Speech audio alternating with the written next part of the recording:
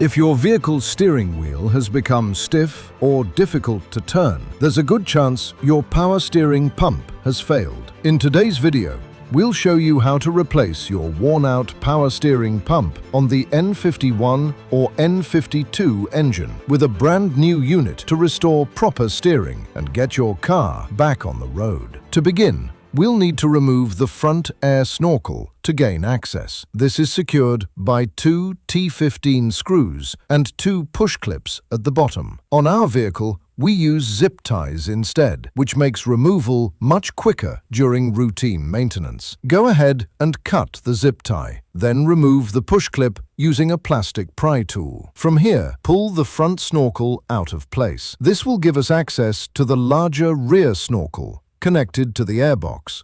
To remove the rear snorkel, simply lift the retention tabs using your finger or a flathead screwdriver, then pull it free from the airbox assembly. Next, we'll remove the airbox from the engine bay. Start by removing the 2 10mm bolts securing it in place.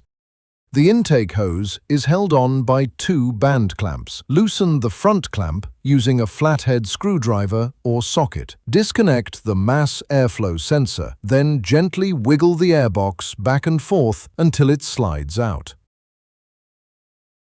Now we have access to the power steering pump. As you can see, this unit has failed. Over time, the internal components simply wear out, preventing the pump from circulating fluid properly. The pump is driven by the serpentine belt. To remove it, insert a T60 socket into the tensioner and rotate it clockwise to release tension. Once the tension is relieved, slide the belt off the pulley. With the belt out of the way, we can begin removing the pump. Start with the fluid feed line. This is secured by a one-time use clamp, so we'll carefully cut it off. Be extremely careful not to damage the hose. We'll replace this clamp later with a reusable option for easier service in the future. Once removed, slide the feed line back. Make sure you have a drain pan underneath, as fluid will spill out. Before removing the pump itself, we need to remove the pulley, since some bolts are hidden behind it. You can do this with or without the belt installed. Hold the pulley in place and use a 14mm socket to remove the 3 bolts. Once removed, wiggle the pulley free. Keep in mind, these factory pulleys are made of brittle plastic and almost always break during removal. Even with care, the plastic bonds to the metal over time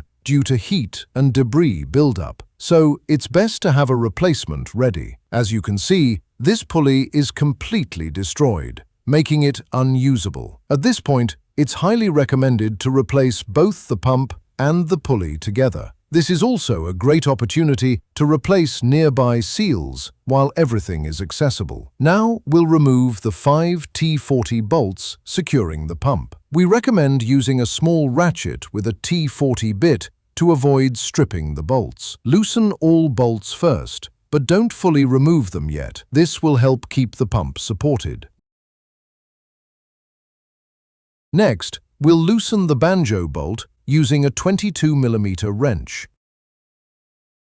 To avoid damaging the radiator, place a piece of cardboard in front of it as protection. Because the bolt is oriented upside down, you'll need to push the wrench toward the engine to loosen it. Once broken loose, remove it by hand, along with the crush washer. Be careful not to lose it if you plan to reuse it. Now remove the remaining bolts completely. With everything free, the pump can be wiggled out and removed.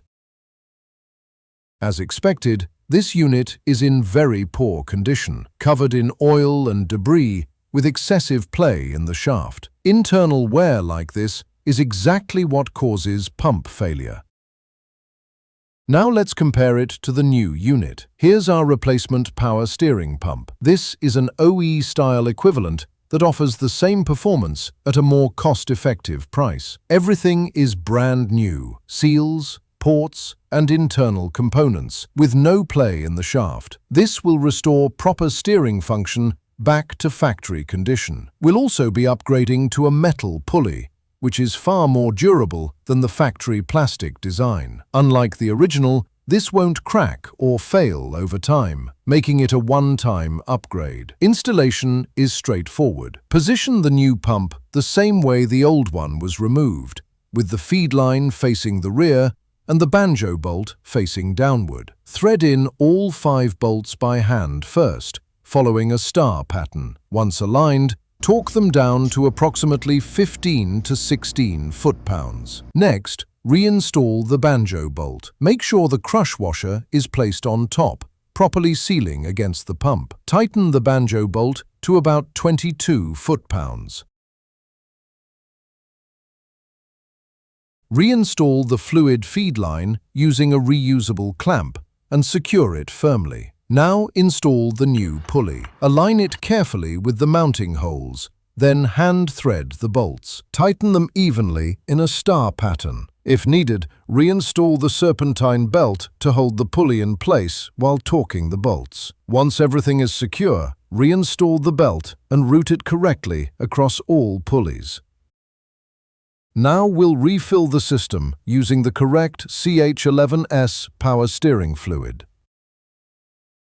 Start the engine, then slowly turn the steering wheel from lock to lock multiple times. This will circulate the fluid and remove any air from the system. Top off the reservoir as needed. And just like that, the system is fully restored. That's how we replace a failed power steering pump and get your vehicle back on the road.